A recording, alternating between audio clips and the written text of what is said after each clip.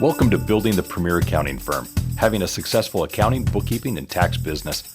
I'm your host, Roger Knecht, president of Universal Accounting Center, and I've been working for more than 20 years to help accounting professionals excel in their careers, both starting and building their successful accounting businesses.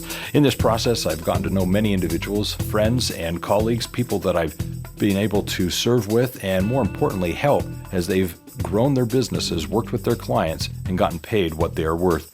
Now, in this show, we actually dedicate our episodes to a variety of topics to help you build the premier accounting firm. Things such as marketing and sales, pricing, going out and actually acquiring clients and getting engagements with them. We're talking about things that may relate to onboarding the client, retaining the client, or offering more advisory or consultative services.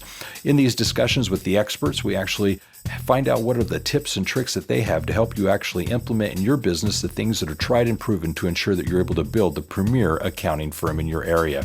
So with that in mind, I encourage you to both subscribe to and listen to our other episodes. And in doing so, actually stay appraised as to what is going on within the accounting profession to help you have a successful accounting, bookkeeping, or tax business.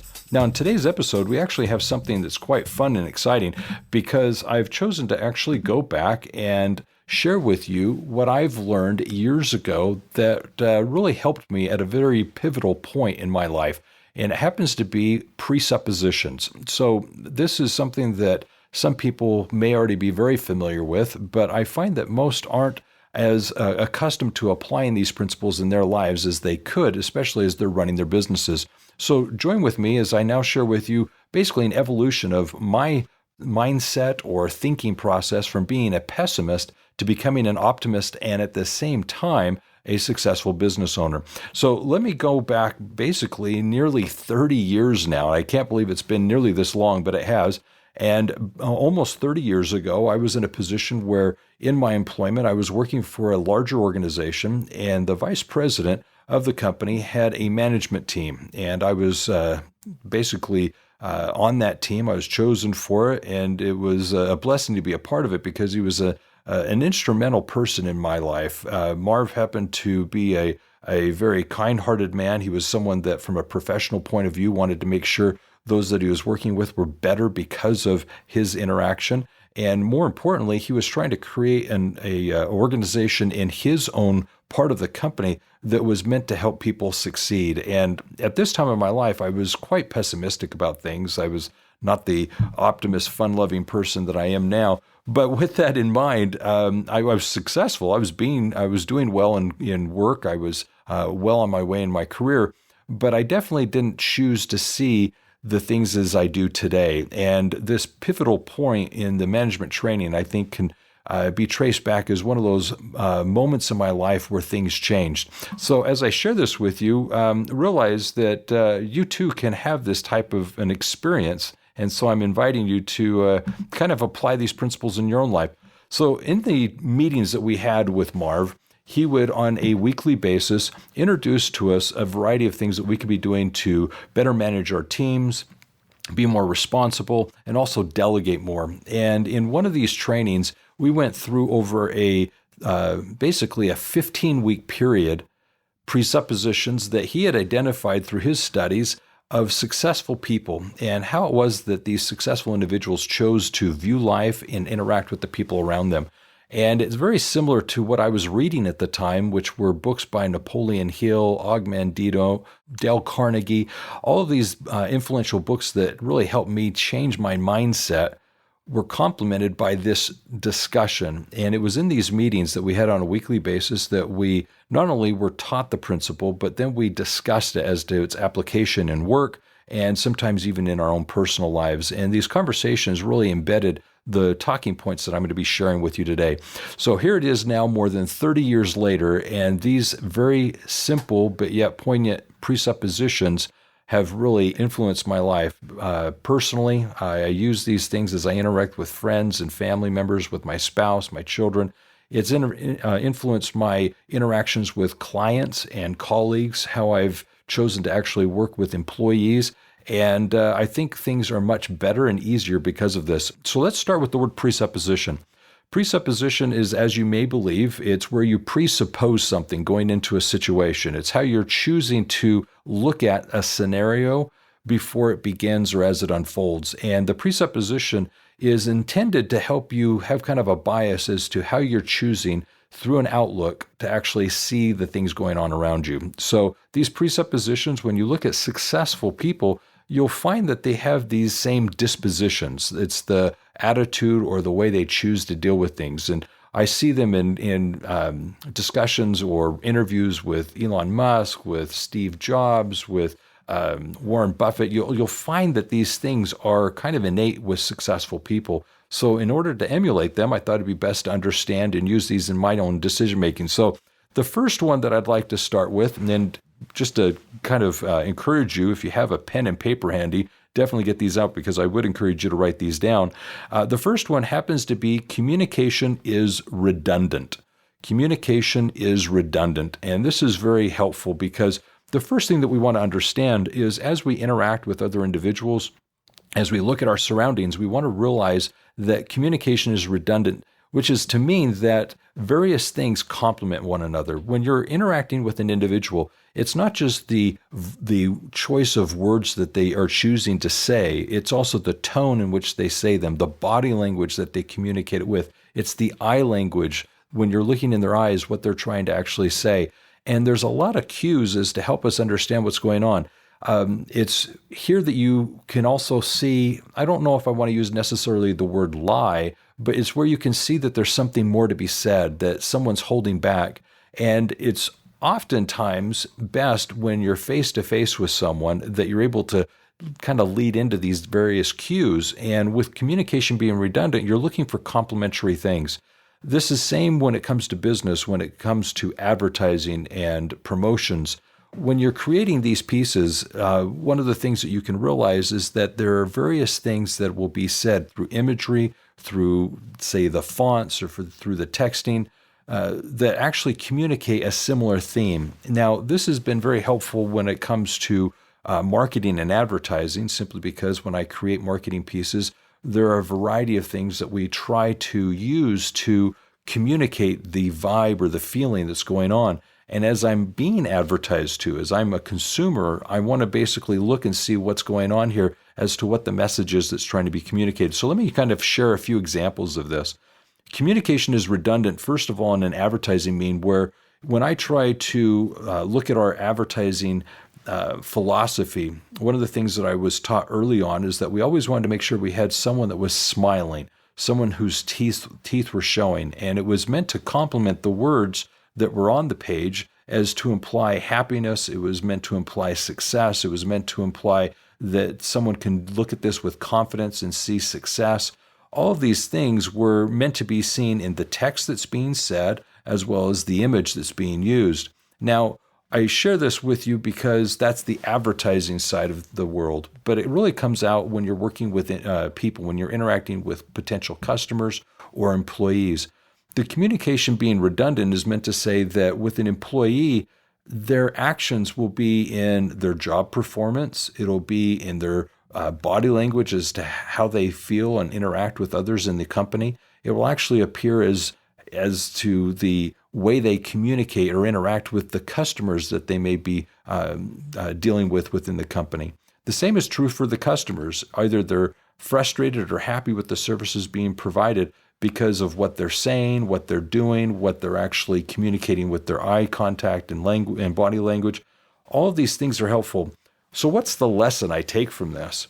It's that when I'm having a conversation with my spouse, when I'm interacting with one of my clients, I want to make sure that I'm very attentive to the other cues that are going on in the conversation.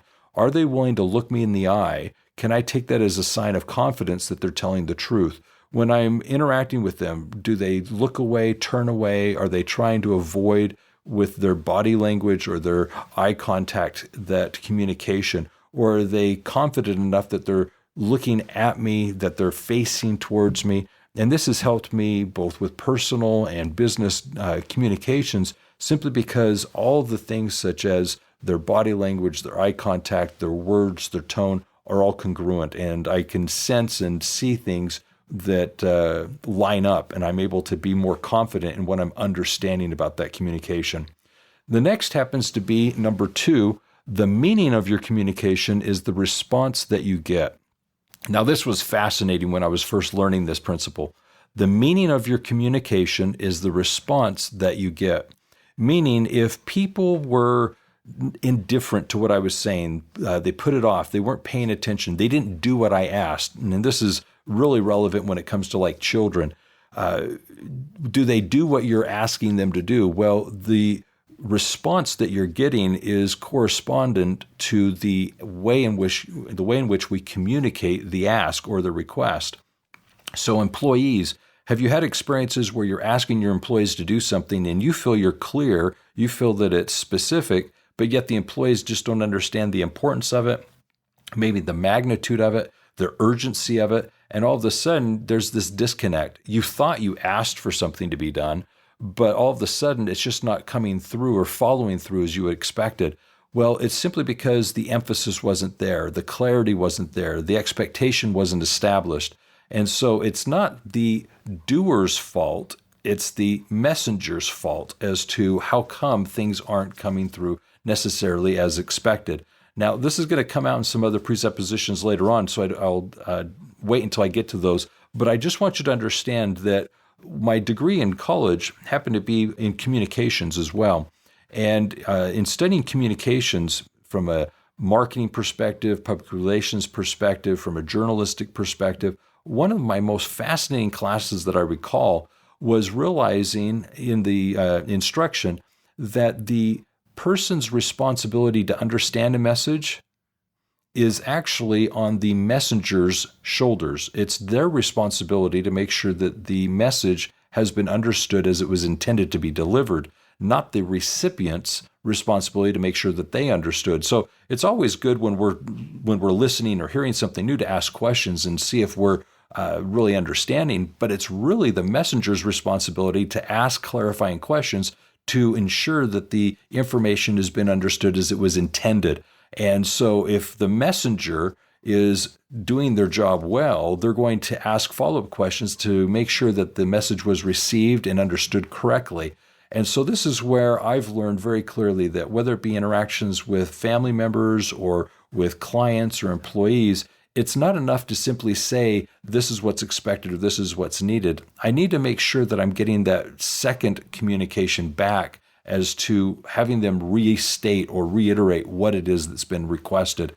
It's been excellent when working with employees to realize that when I'm not getting the responses I expected or anticipated, it's more my fault than theirs. And it's my job to make sure that it's clearly understood what's expected. And I just need to make sure I'm articulating it in a way that's showing that it's important by making it visible to everyone, such as dashboarding.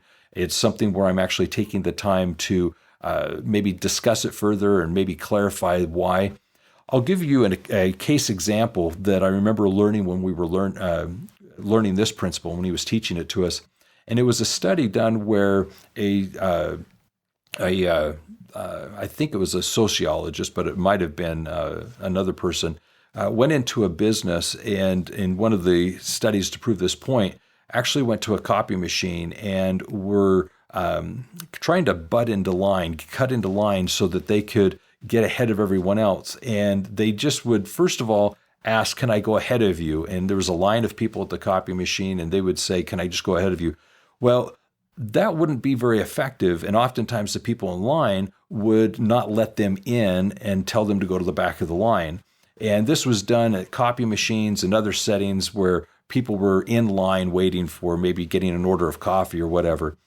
Now, when they did the exact same request, but answered or gave a because statement with it, can I get ahead in line because there's a management meeting going on right now and I didn't realize it, but they need this. Can I get it for them? And whether it be the coffee or the copies or something else, it was amazing that whenever they coupled it with any phrase preceded by the word because, it gave it more context and meaning, and therefore the individual was more inclined to actually oblige simply because they better understood the context of the request.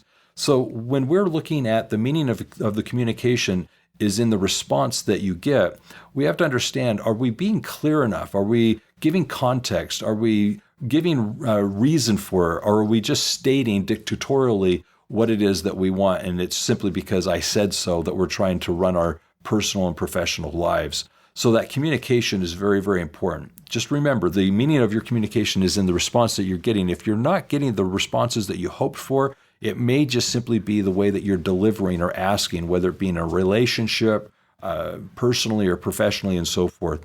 The third thing, and this one was a big aha for me, is the map is not the territory.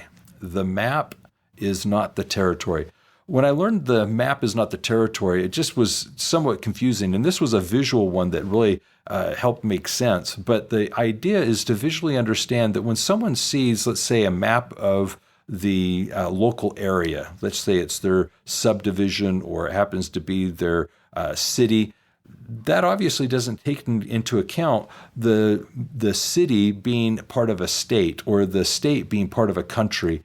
And what it's meant to say is oftentimes when people are looking at a situation, they're not realizing the ramifications of how it affects things outside of the world that they're thinking of. There are so often times that we individually make decisions and we're looking at it through a lens of how it impacts us, or we're being selfish as to realizing whether or not this is a favorable or not so favorable thing for us individually. Or maybe it's a thing that we're looking at in perspective of how it impacts our family or our jobs or our employment, our companies. Well, what we need to do is back up a step further and look at who else might be impacted by this. It's not just a decision that we're doing that impacts maybe our spouse, but how does it impact the children? It's not just impacting our spouse, but how does it impact our family, which is our extended family, both the in-laws and our siblings and such. There are a lot of times we make personal decisions, and to us it's very gratifying and fulfilling, but at the end of the day it hurts those around us. Or conversely, we make a decision in the company that is for the company's benefit, but because of a policy change or a pricing change, it may actually impact our employees in a negative way. Or maybe we like pricing or a policy change, make a change in the new year for the company, but it impacts our customers a certain way. We've got to actually see that next layer in that map and take it from just not the specific territory that we're looking at to make the decision, but we extended another layer to see, well, who else is impacted by this decision and in what way? Is it as we expect? We just need to realize that there's a ripple effect to the decisions that we make. And when you consider that the map is not the territory, it's just simply to say that we have to look beyond the current situation and see not only just in the immediate how it impacts those around us, but in time, how does this actually over the next, let's say, day, week, month impact us? I've seen this decision be very, very helpful when trying to talk to especially teenagers. Teenagers are very myopic. They think about themselves. They're considering how this will impact them and only them. And what we need to do is just help them realize that sometimes the decisions that they're making impact their parents, impact their siblings, impact their friends, whether it be choices as to athletic programs or extracurricular activities that they're doing, the friends that they're choosing to hang around with. There's a variety of things there that I think are very helpful. It's things that we're deciding to do with our own spouses and how that impacts our own children. But when you place it in the work environment, there are things that we're doing as a company that when we implement them, it impacts our customers and it impacts the business that we have down the line. And we have to think basically on that extended level. And so when it's an employee, we have to sometimes educate them that the reason why we're making the decisions that we are isn't because of how it impacts them and only them. It's how it's impacting the rest of the company and the clients. And sometimes the employees feel singled out. This is going to negatively impact me when you implement this policy, such as raising the prices. I won't be able to reach my sales goals simply because of the fact that you've now made it harder for me to sell this. Well, that's true, but the costs of these things have gone up, and therefore our cost of goods have changed, and we can no longer sell it for that price point any longer. The margins are no longer there, so we have to raise the prices. So it's helping the client or the customer or the child, the teenager, understand that there are things beyond just the obvious of the territory. The map is not always the territory. So that is an excellent presupposition that I've used in trying to make decisions in day-to-day circumstances. This is the fourth. The fourth is a little longer, so I'll read it a few times, but the fourth one reads that the element in a system with the most flexibility. So the element in a system with the most flexibility will be the controlling element. So the element in a system with the most flexibility will be the controlling element. This is to simply say that whenever we're trying to change things or improve things, we've got to recognize the thing that's going to decide the success of this change or improvement is most oftentimes, literally the thing that is the most flexible, where more choices lie. And that's simply a very big revelation to me, because oftentimes I'll have, let's say, negotiations with employees where they are frustrated or they feel as if they're being singled out for things. And when I can come into a conversation where someone is frustrated, a teenager, for example, where they feel as if everyone's just kind of focusing down on them and everybody's picking on them, all of a sudden what happens is when you start to look at the frustration and the concerns, they can articulate well what their feelings are, but it oftentimes will boil down to the thing that has the most flexibility may very well be the solution to the problem, simply because if we choose to make a certain choice, it then resolves all the other issues. So in employee situations, I've dealt with where employees were, let's say, late or tardy to showing up at work. And it was amazing to me. The idea of you have to be here at a specific time was actually impacting the employee relations when the employee was a great employee, worked well with the customers, met all their standards and expectations. They honestly were doing all their job, and they were very good at it, above average. But because I was fixating on one thing, which was whether or not they were on time to work, was then impacting my view and their sense of success at the workplace, simply because all the things that were expected of them were being done, but they weren't arriving on time. And I had to realize, is this worth dying on? Is this a principle that I'm wanting to be immovable upon? And it's where I had the most flexibility. I then gained control of the situation, because if I was willing to, like, let's say, set a specific expectation of, look, as long as you're here by this certain time, I won't worry about it, while keeping up the standards in your performance. So rather than being a stickler of whether or not they were here on time was less important to me than their production. Now, this is going to come up here in just a moment when I share with you the fifth thing, but this presupposition of the element in the system with the most flexibility will be the controlling element. Realize, because I was willing to be flexible, I'm retaining control. I'm the one that's able to make the decisions, and therefore I'm able to make this a favorable outcome. If I was to be more obstinate and insistent on them being there at a specific time, and yet they couldn't be there on time because let's assume that they had maybe a child to drop off at school, and doing so meant that they would always be at the office by 9:05, they can't get there earlier. Now, they theoretically could find somebody else to take the child or do a carpool or find other solutions. But realize, if I take the flexibility and I'm the one willing to compromise, I'm the one that can alleviate the whole situation with regards to the problem that I'm seeing exists. And it's because of the standards or expectations that I've set for the position. So if I let the flexibility be that I'm willing to concede on the 9 o'clock start time, then I'm regaining control, and I'm finding then where that solution lies. So I've found many times that when I'm in a situation and it feels like there's just no wiggle room for negotiation, there's no compromise, I realize that it's me that needs to make the compromise. I've got to find the thing that I can show that I'm willing to be flexible on, and it usually will deflate the tension. It will usually allow us to focus on what truly matters most by willing to flex or concede on something. Now, here's where it's interesting. You see this in politics all the time. There's just this need to find where can we actually find more in common rather than be contentious. And so what we're trying to do is just realize that in any system, the element with the most flexibility is in fact the controlling element. And the person who has control over that flexibility is ultimately the one in control of the outcome in the situation. So fascinating principle. I hope that you're able to not only see the importance of it and the ramifications of it, but I hope you're understanding the principle to realize that this can help you both personally and professionally.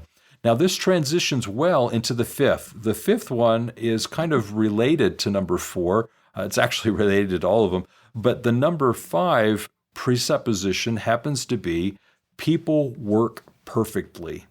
People work perfectly. Imagine when I was a pessimist and I was working with people, I was, as a pessimist, presuming bad intent, laziness. I was presuming they had another agenda, that they didn't want to work. And so my day was always full of frustration, and I was always trying to find where the people were inadequate and where they were trying to short the system or take advantage of the system. When I was able to learn from this mentor of mine that people work perfectly, it was almost a 180-degree shift to recognize people are actually doing the best they can. And it was in my job, the responsibility to actually help them do better. And so perfectly isn't to say perfect. It's to say at that point, at that time, they're able to do it the best they can. And that's what they're doing, is the best that they can. Now, you and I perhaps both know, having had children, that there's a lot more potential in individuals. They can do more if they can just put their mind to it and focus on it.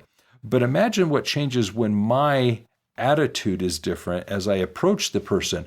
Rather than accusing them of being lazy and incompetent and unwilling to do what's expected, I come at them presuming that they're doing the best they can, and it's my job to inspire them to do more. It's my job to inspire them to see that they have greater potential. The whole conversation, same situation, but the whole conversation switches. Rather than me coming and attacking an individual and saying that I know they can do better and they're choosing to do differently, they're choosing to actually be incompetent, I'm coming at it saying that they're doing the best that they can, and it's my job to inspire them to do better, to achieve more, to want and deserve to do more. All of a sudden, my attitude in the situation can change and impact the solution. It can change their attitude as to how they're dealing with it. And so having chosen to see that people work perfectly has really helped me kind of step back and observe the situations a lot differently, and from a more optimistic way, realize, okay, how can I inspire this person to see that they can do it faster, more efficiently, with better energy, be more engaging with it. And it's actually made working with people fun. I can honestly say that over the last 30 years, with all the challenges I've faced, and I've had some very difficult employment situations, this has been perhaps the best thing from a managerial point of view that's really helped me. It's helped with my clients. It's helped with my spouses. And honestly, as I look back and I see problems where, whether it be with my own children or with my employees, that I've struggled or had situations that have not gone well, I can honestly say that this element was missing. I had forgotten this. I wasn't using this. I wasn't coming into the situation with this belief or this presupposition. And if I just would have come into the situation with this attitude, I would have been much better off to get an easier and more, not just an easier solution, but a more beneficial solution to both parties. So I truly do try to walk into situations believing they're doing as best as they can. I need to help them see that there's even a better way, and I need to accept their efforts as they're trying, and I need to actually inspire them to do better. And how can I show that's even an expectation of mine? But I'm not assuming that they're just lazy and incompetent. I'm assuming that they're doing as good as they can. And I think as parents, we do this all the time with our children. When we're dealing with a 2-year-old, we don't expect a 2-year-old to do what we anticipate somebody that's 16 or 20 can do. We know that they're struggling, they're learning their mobility, they're trying to get dexterity, and they're trying to get their motor controls. Well, all of a sudden, what we're trying to do is the same at work. Just because you can do the task or the job better, just because we know the potential is there to do something quicker or more efficiently, we can't assume that they're not doing it because of mere laziness and incompetence. That's not the attitude that we want to actually take at this. Now, I'm going to pause for a moment, and I'm sure this has already crossed your mind, because as I was learning these, in a pessimistic mindset, when I was learning these, thought the same thing, which is, but there's always examples of where people are, in fact, sabotaging or willfully doing differently. And I want to just stress, there are exceptions to these rules. There are people that unfortunately don't care, don't want to do better, and so forth. But understand, these are presuppositions of successful people as to how they come into the situation to stay in control, and more importantly, make the best of the situation, and last of all, not get so emotionally tied up that they lose control. So if you, as you're applying these principles, as you learn them and apply them, look at it from the context of it's not that we're trying to be the other person or in a pessimistic way presume ill intent. We're actually coming at it viewing this from, here's how I'm choosing to view the situation. I want to be as successful as I can, and this is how I'm going to help others achieve that success or become their better selves. And that's what we're trying to do here. So that's just a little tangent. So let's come back into this and go to number 6. Number 6 is people always make the best choice available to them at the time. People always make the best choice available to them at the time. This one's huge. At first, when I was learning this, I thought they make the best choice, meaning the same choice you would make, that I would make. So they would make the same decision and do the same thing I would have done. And that's not true. Listen to the statement again. People always make the best choice available to them at the time. So if they don't choose to do what you would have done, there's two assumptions. At the time, they didn't see it as an option, or at the time, they didn't understand that was something they could do. So what's happening here is hindsight's 20/20. We all have the luxury of, after a situation has occurred, to look back and say, you could have done it this way, and clearly say this would have been the better choice. But at the time, they most likely did not see that as an option. And it may not have been something they felt that they could have decided to do. They didn't have permission to do that. And so what we have to recognize is people make the best decision. They always make the best choice available to them at the time. So with that being the case, I always want to try, first of all, and just understand why they chose the situation or decision that they made. And it's fascinating, as I've applied this principle, to ask, I'm kind of curious, why did you choose to do it that way? And they'll actually go through the thought process most of the time and share with you, well, I thought I could do it this way, and I knew this was an option, but I chose to do it this way. And you're like, okay, those are three choices.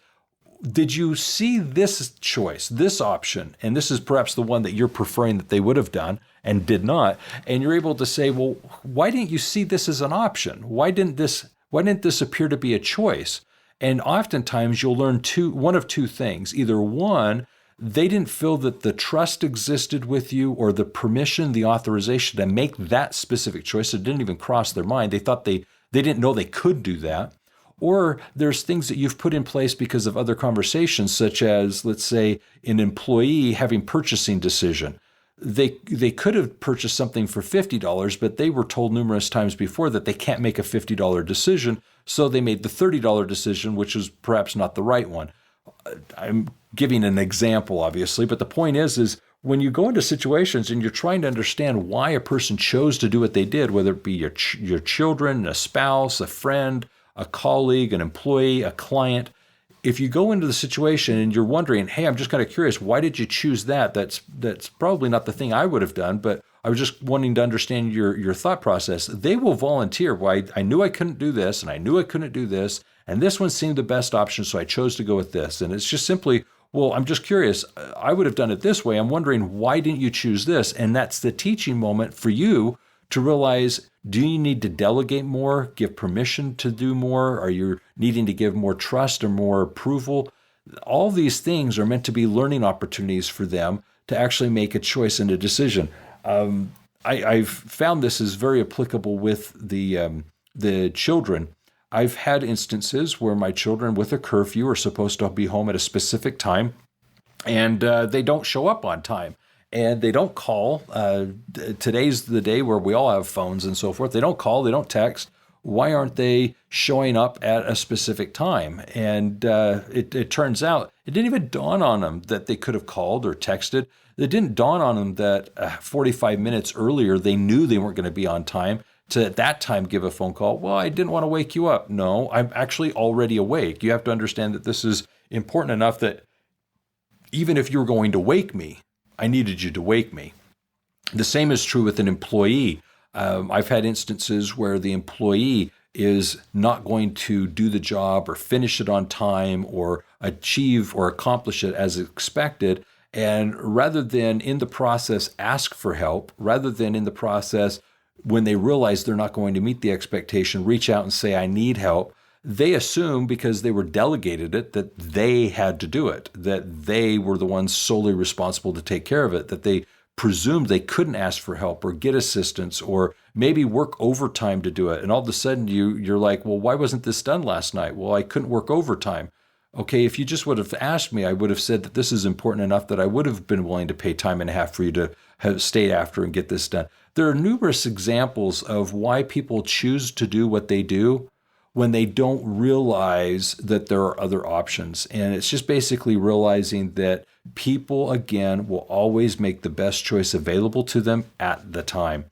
Now, with regards to this next principle, I think it's something that is helpful to learn, but I really sometimes wonder, does everyone understand this? And it's basically every behavior is useful in some context. Every behavior is useful in some context. The big thing here, especially with employees, is I want them to realize I'm not asking them to act like me. I'm trying to have them feel free to act and do as they would choose. It's the same with my children and so forth, my spouse. All of a sudden, what happens is we're not trying to have them do and act like us all the time. We're not trying to create mini-me's or clones of ourselves.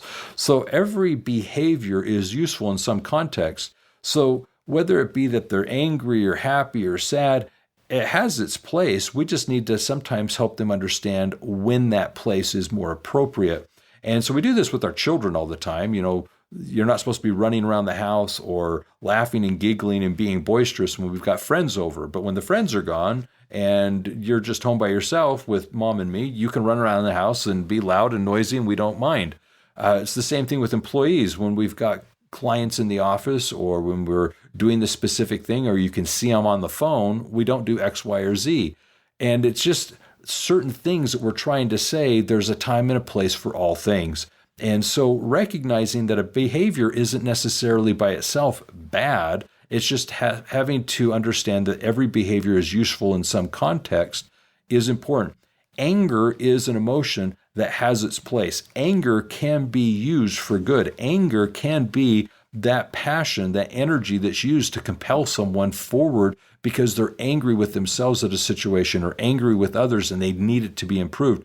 It's how you channel or direct that anger. It's the same thing with emotion or love or lust. All of these things, when channeled in the right way at the right time, can be for good. It's just we have to understand that if not being applied in the right place, there could be a problem.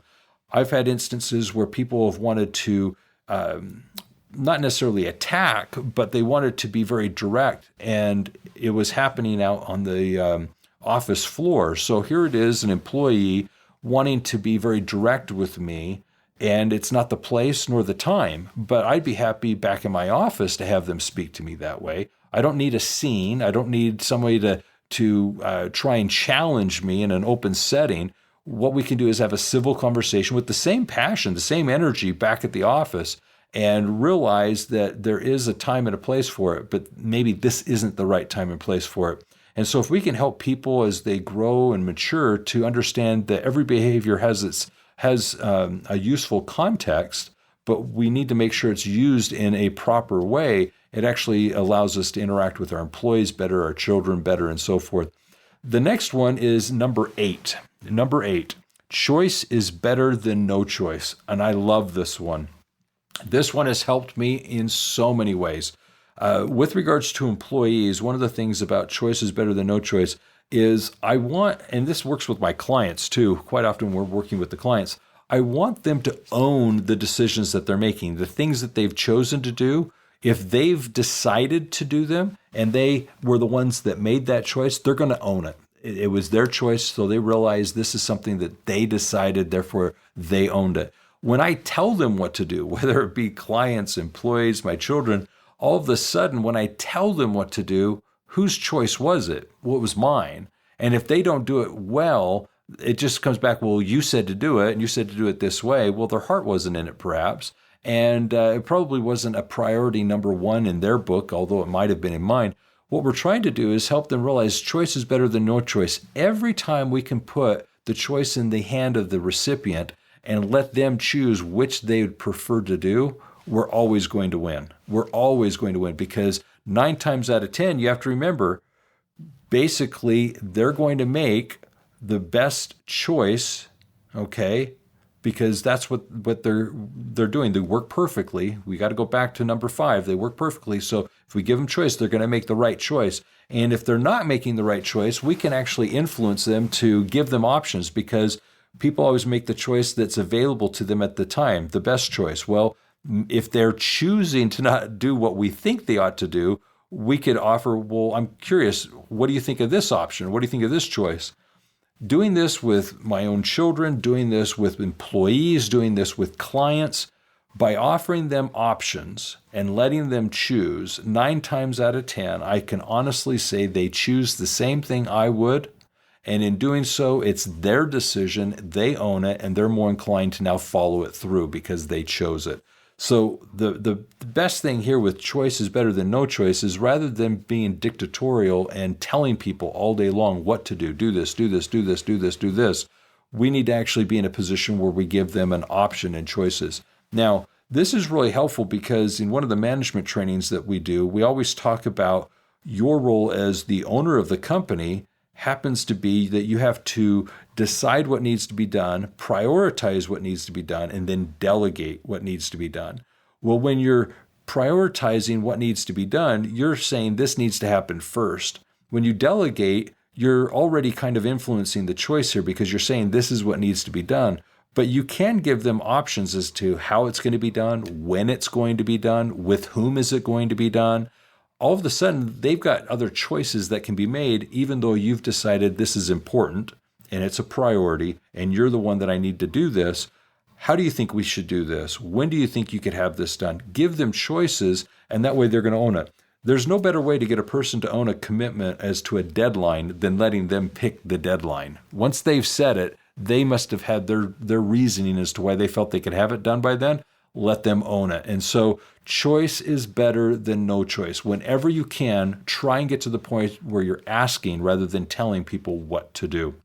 Let's go to number 9. Just about anyone can learn to do anything. So listen carefully again to that. Just about anyone can learn to do anything. This is huge. I think even more relevant today with AI.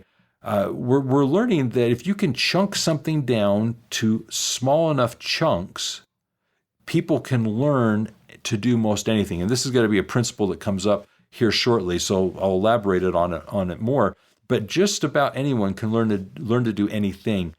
When you're working with people who, let's say, need visual instruction or they need to learn through kinesthetics, they've got to feel and touch it. When you've got people who want to learn through repetition and want to read it through, whatever their learning style, if you can get them to actually see the most minute details of the entire process and along the way help them understand the reasons why it's done in this order, done in that way, whether it be through experience, you've learned this is the easiest or better way. All of these things, when chunked down to the smallest principles, means just about anyone can do anything. So here's my point. If you remember, I was sharing earlier that communication is the responsibility of the messenger to make sure that it's understood. Well, if I can chunk something down and explain why it's important, how it should be done, when it needs to be done, if I can get into these details, all of a sudden the person who's needing to do it is more likely to succeed because I was able to give it context, importance, I was able to give it timeline, I was able to give examples of how.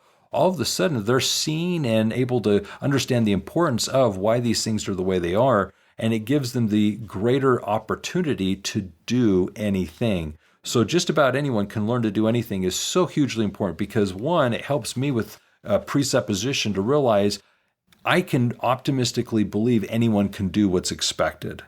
They can choose not to do it, but I believe they can do it. And so when I work with people to believe that it's something they can achieve and do, that's hugely important because it allows me to go out working with either my family or my employees in a way of, I believe you can do this. If you're not, there's usually one of three things that's causing it. It's tools, training, or temperament. And you learn that in our STAR training program, if you're familiar with that. But tools, training, or temperament, either they do or don't have the tools to do what's expected of them. Either they do or don't have the training to use the tools as they're designed to be done, or temperament.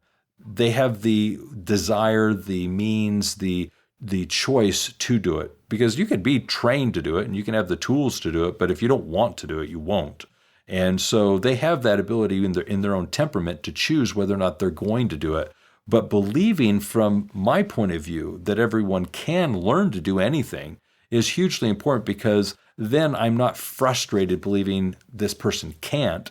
I'm able to say, well, what part of this process aren't they understanding that would enable them to do this? And as a presupposition, this has proven itself many a times as being very, very helpful.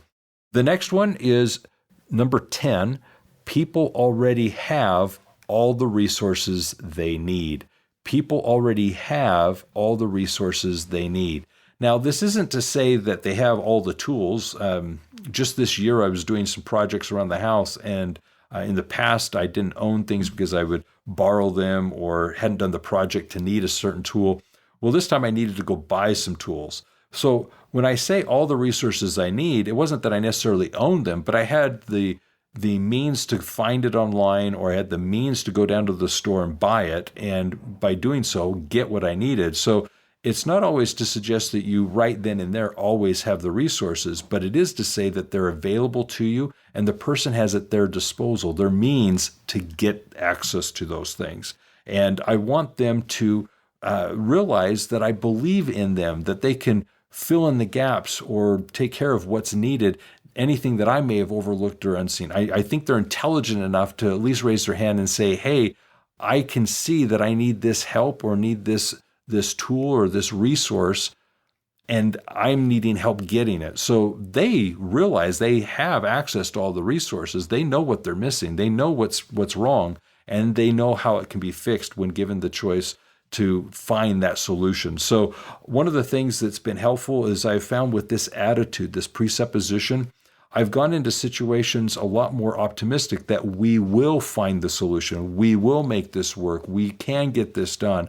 And that really eliminates a lot of the frustration and anxiety when going into situations, believing it can't be done. We won't be able to do this. This isn't going to happen. When I go into it with the attitude, the presupposition of we'll get this done, it will be good, we'll get this taken care of, I've found that the people I work with, family or employees, we have a greater attitude when stresses come, and with the stresses building, we're able to collectively and individually realize, okay, we'll be done with this. We can take care of this. We'll take care of the customer. We'll take care of the situation. We'll be fine. Let's just focus on this. And all of a sudden what happens is with their time and energy, we're able to get down to what matters most, and it's finding the resources that we need to resolve the situation. So I definitely encourage you to, when you're in situations, not get so frustrated because right then and there you don't have the answer, you don't have the tools or resources in front of you. Realize you have access to them. You can pull this off. Everything will be fine. And that has so often just eliminated so much of the stresses that I've experienced in the past, and they just don't exist any longer. There's a phrase that I've learned in the last year, especially because of the economic challenges many people have faced, that we've all faced, the pandemic and so forth, that the phrase of this too shall pass. There's a great deal of calm, peace that comes when you get to that point in your life when you've experienced enough to realize, you know what, this is hard, this is difficult, this is sad, this is frustrating, but this too shall pass. And all of a sudden it kind of gives you that hope, that perseverance to push through it and get through it with at least the belief that everything will be fine in its own due time. Now, let's go to number 11. There is no such thing as failure, only feedback. Let me say that again. There is no such thing as failure, only feedback. Now, remember, this is basically presuppositions of successful people, how they deal with challenges and stresses, how they go into situations. And it's basically when something isn't going as planned, isn't working as hoped and expected, when things are not going well, rather than getting frustrated and upset with the situation, rather than getting frustrated with the situation to believe that it's out of control, it's to pause and reflect and say, let's learn from this. Why did this not happen like we thought it would? What changed? What was it that we did not anticipate or expect? What was it that we lost control of? What would we do differently if we were to do this again? What are the lessons? It's essentially realizing, just as the presupposition states, there is no such thing as failure, only feedback. We're going to be better because of this. I'm happy this happened now rather than later because now we can deal with this way. And so often it kind of goes back to some of the things such as, if you're prepared, you shall not fear. If you're prepared, you can go through and weather some of these challenges. There are a variety of things that in life we don't have control over, that don't go the way we hoped, that don't go as we planned. And regardless of the amount of preparation, there's going to be problems. And you can look at it from an air ratio of saying, with so many planes in the air ratio has to be so minute in order to have so few crashes all the time. And that's so true. It's the same thing with like the space shuttle. You know, you have people that are getting on these rockets, basically missiles, and they're being launched into space, and there just isn't any real room or margin for error. And that's so true. When we accomplish so much, we can recognize that it's been because of trial and practice and testing. But at the same time, there are unforeseen or sometimes forgotten things that will creep in and will cause for problems. And it's from those things that we learn and we're better. So often, the mother of invention, the necessity of inventions are in the challenges that we're facing. And so it's from that we then get to learn and do better. And that's how we evolve and grow as people. So that's something that we need to understand. The next one is 12. 12 is anything can be accomplished by anyone if you break the task down into small enough chunks. This is hugely important, and it's similar to the one that was number 9, just about anyone can learn to do anything. And it's because in number 12, anything can be accomplished by anyone if we break the task down into small enough chunks. If we could just look at step 1, step 2, step 3, it's amazing how much more simplistic things can be seen, learned, and understood. I've been fortunate enough to actually be involved with 3 companies where we've taken manual or paper processes and automated them to create computer type models, or getting a programmer to create an automized process of doing what was done manually. It's amazing when you look at it just from an if-then statement. It's either this or this, or it's this or this, and it's just, where do we go next? What do we do next? Where do we go next? Where do we do next? And all of a sudden, it just becomes much more simplistic. In our minds, intuitively, it's just like, well, of course, this. But if we sit back and just look at the workflow, we can easily figure out, okay, this is where it's breaking down. People aren't realizing that there's this choice or this. Maybe there's this step that people keep skipping, and if they just did it, they would actually avoid these mistakes. And it's finding where that mistake is. I deal with it in my company all the time. There are mistakes. People just don't dot the I's or cross the T's as expected. They're not as meticulous as you would hope. Salespeople are notorious for not being attentive to details. Well, if you can create steps in the process that ensure that they have to go through certain hoops to ensure their success, you're creating a system that kind of removes the margin of error. And that's what we're trying to do here, is basically anything can be done, and accomplished by anyone. So anything can be accomplished by anyone if you break the task down into small enough chunks. So that's number 12. Let's go to number 13. Behind every behavior is a positive intention. I love this one.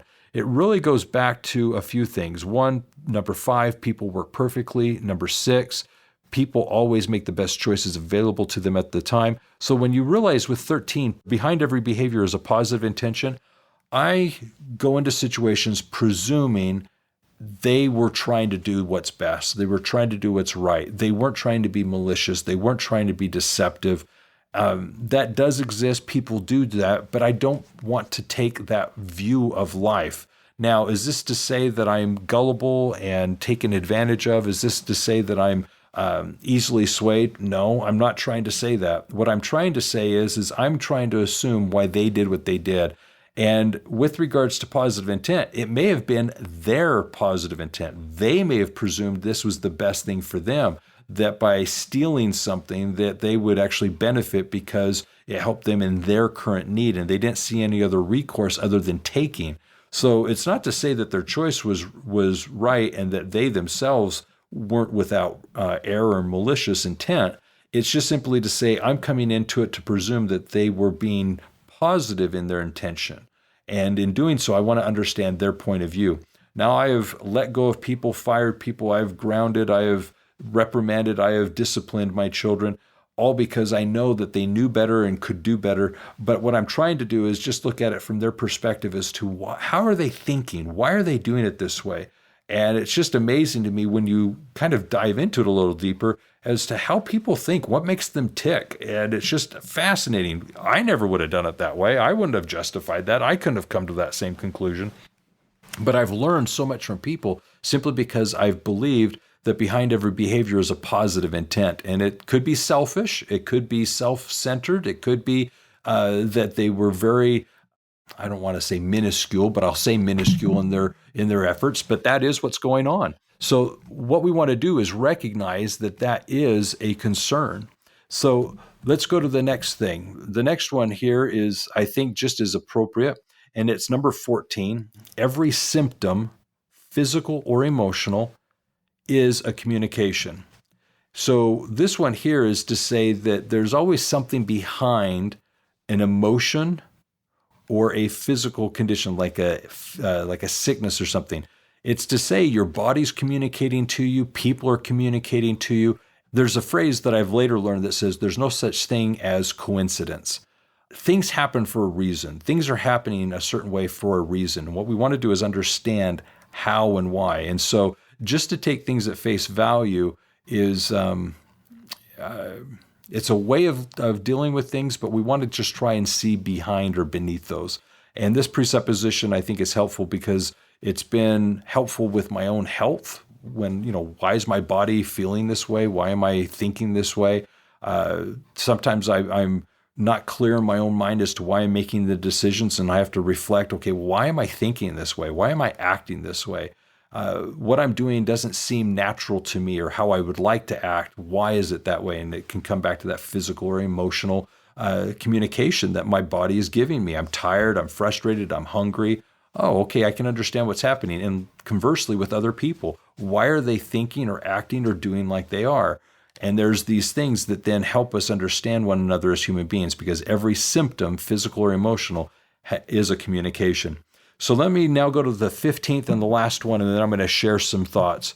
The 15th here is we consistently create our own environment.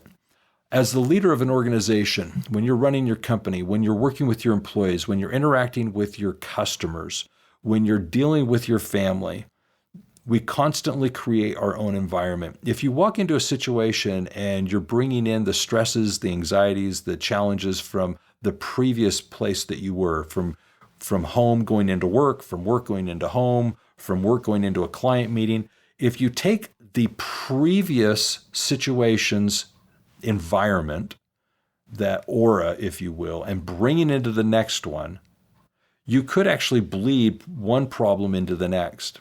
Now, the converse can be true.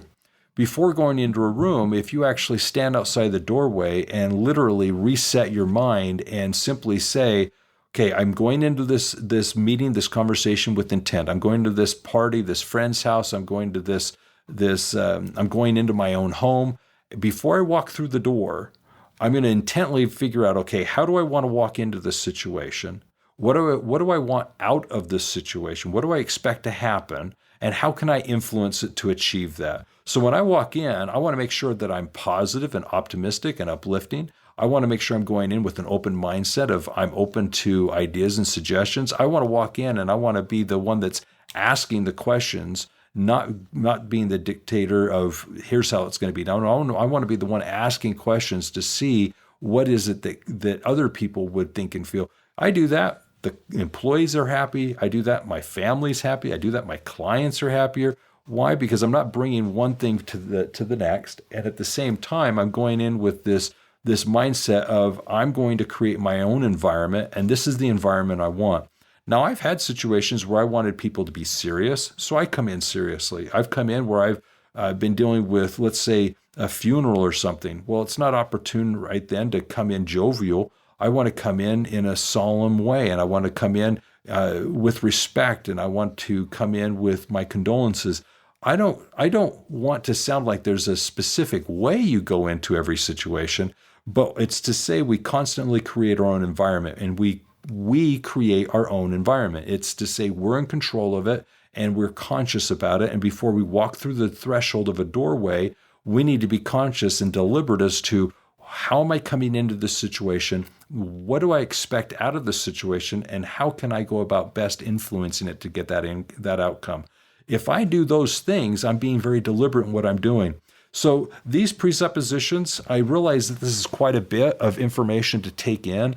And I realize that in my sharing this with you, it's not like you're just hearing it and going to be able to go out and implement these in your life. So I want to invite you to possibly come back and re-listen to this episode. Possibly take this list as you have it. I know you could have paused and written these down as you were listening to the episode. You have the ability to pause and then press play again. And if necessary, perhaps even rewind it to write down these presuppositions as they're intended to be. But I'm sharing with you that over the last 30 plus years of my life, having learned these early in my management training at a previous employer, this improved so much not only my abilities to interact with my family, my spouse, my employees, my clients over time, but it's impacted my outlook on life.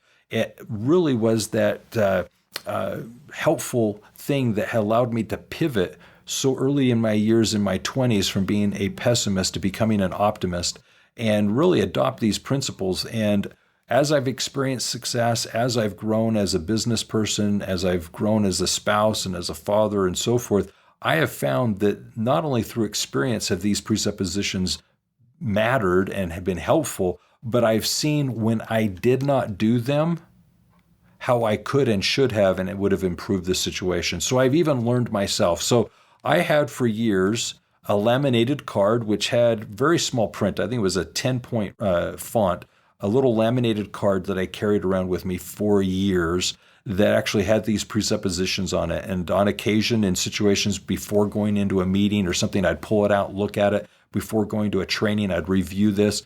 And it was very, very helpful to me. Well, I don't have my wallet like I used to. So much of what I have is on my smartphone. And, gone are the days that we carry around pictures of our spouse and our children and those types of things. So we don't carry as much. So I don't have this any longer. And honestly, I was looking for it the other day, and I have misplaced it. I thought I had it in a personal drawer I had at the house, and it's not where I thought it was. So it appears I need to go ahead and laminate these again, if nothing else for namesake. But at the same time, I want to encourage you, go ahead and write these down. Use these so that you can actually have them for your own business use. And you're going to find that they are helpful in keeping you in a positive mindset, in control of the situations, making the best of the relationships you have with your customers, your employees, and with your family, your friends, simply because you're going to come into situations more optimistic of who they are as human beings, their potential, their abilities to do things. You're going to delegate more, and you're going to put yourself in a position where you're definitely a lot more optimistic because you see opportunity and how things can be better than how they currently are today. So with that, I encourage you to apply these presuppositions in your business, in your life.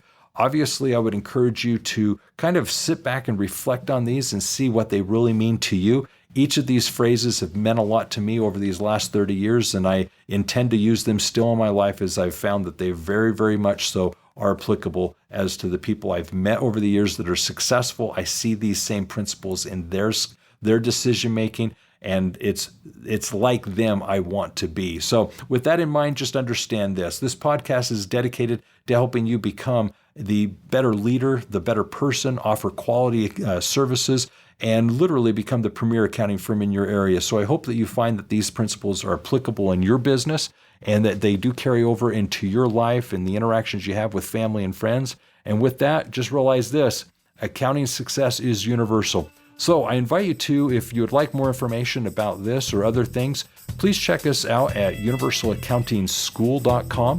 You can also visit us at universalaccounting.com, as well as give us a phone call, 801-265-3777. Why? Because if it's about accounting, if it's about business, it is universal. Take care and have a great day.